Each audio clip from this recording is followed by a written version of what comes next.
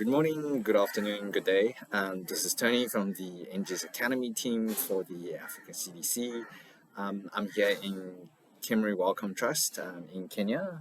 I'm here with Lynette, one of our participants from the Advanced Bioinformatics training. So tell us about yourself. So I'm Lynette. I work at Cambridge, Nairobi, at the Center for Biotechnology Research and Development. I work in the genomics facility. We offer it as a service. We have two sequencing machines, the semi-sec and the gridiron. So we sequence samples for people, and we also offer bioinformatics analysis for them. So this training is really important for me.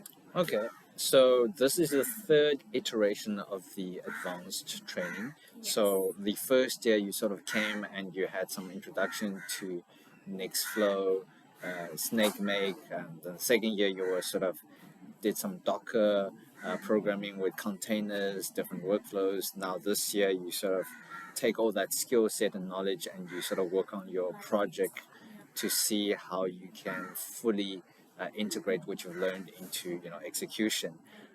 Just tell us about some of the challenges you've had, maybe some of the biggest takeaway that you took away from the course to maybe implement on your daily work. Okay, so before coming here, I didn't analyze samples using workflows. It was always one sample at a time. Okay. That can be very time consuming. Yes. So after the first year, learning about SnakeMake and Nextflow, I was able to apply that into my daily work, and it was much easier Right. to analyze 96 samples Oh, I see. and much faster. I'd leave the code running and go away and do something else rather than just sitting at my computer and analyzing one sample at a time. So it has really helped. Yeah. Right. So that ability to integrate more technology or workflows to allow you to sort of reduce administration or Yes. mediocre or repetitive tasks. Exactly. And then, as someone who's been in the field, have you always, been in science? What did you study at school or university? I'm currently doing my master's in bioinformatics at the Okay. University of Nairobi. Right. I did biochemistry as part of my undergraduate. Okay. Yeah, that's what I'm doing. So you sort of coming from a biological background, and obviously to shift into sort of a more Computer-based. this computational aspect, coding, was that a very difficult transition? At the beginning it was, but with the support I've had and the mentors that I've had and this training as well, it's been easier. The transition has been much easier. Yeah. Okay. And then one thing I really want to ask you is you have been with us since the first iteration, and every year you have seen there's only 3 or 4 handful of women. Everyone else is just men. So it's quite a male dominated field. Why do you think there isn't more women scientists or more females coming into the field of bioinformatics? And secondly, what do you think can be done to encourage more young girls, high school graduates to come and learn bioinformatics, do a master's in bioinformatics? It's funny that you say that because in my master's class, we are only 2 ladies and 9 men. Oh wow! Yeah, Sure. it's not balanced at all. So I've found that we find many ladies find that computer work can be intensive and maybe a bit hard. Yes. And it's actually not. You just need to start. Once you start, it's easier to continue. But maybe offering more training to ladies. I don't know how you can pick out the ladies to join us more. Maybe have some preference where you have females of high priority. Yeah.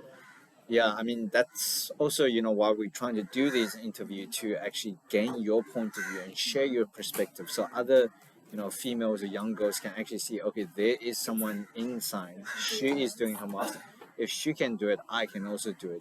That level of sort of confidence and sort of trying to demystify, computational biology is not actually that difficult.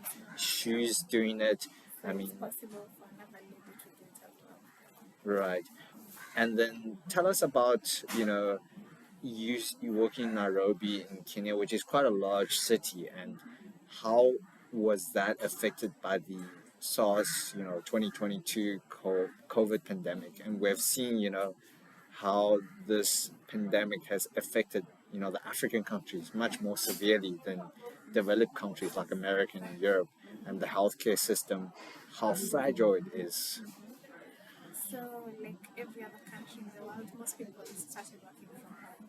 Okay. But for us, the people who were working in science, we had to go to work much more than we did before. It had Oh, to be okay. a 24-hour thing to analyze all the samples. Right. So we work in shifts more and more and more.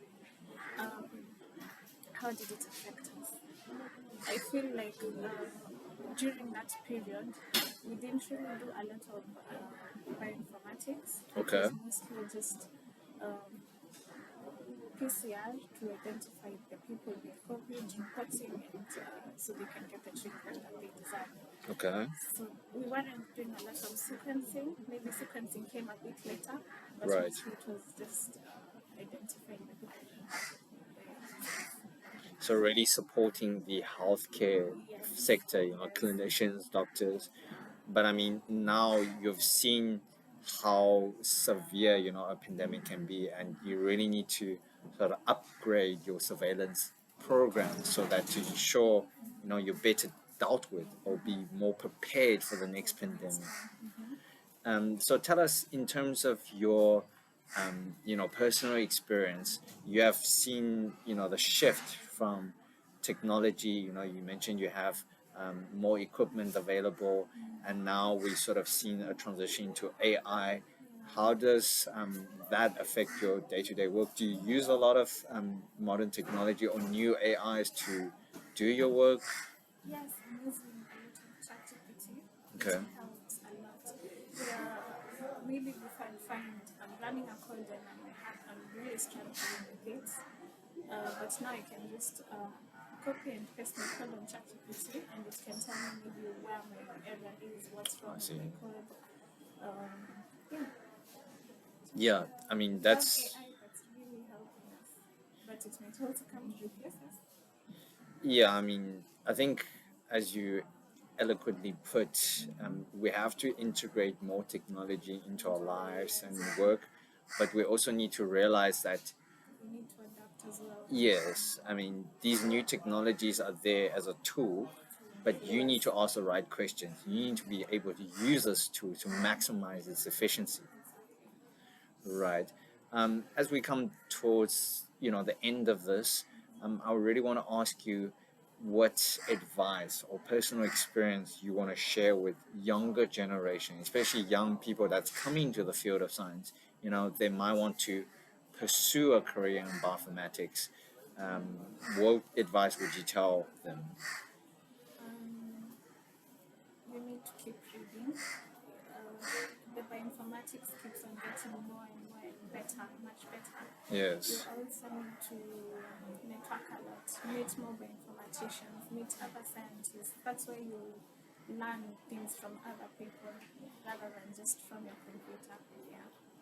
Yeah, so having this sort of cohort or exchange of ideas with other colleagues, networking, collaborations, and then obviously build the supporting structure as well. So you can have other intellectual sparring partners that can help you with your problems or ideas. Rather than tackling it alone, it's good when you have support. Okay. Many people you can reach out to. Like this training has helped me venture out and meet other people. To also give you that confidence to actually, Get better. And not yes. give up. No, I understand. Yeah. No, that's great. Thank you very much, Thank Lynette. you.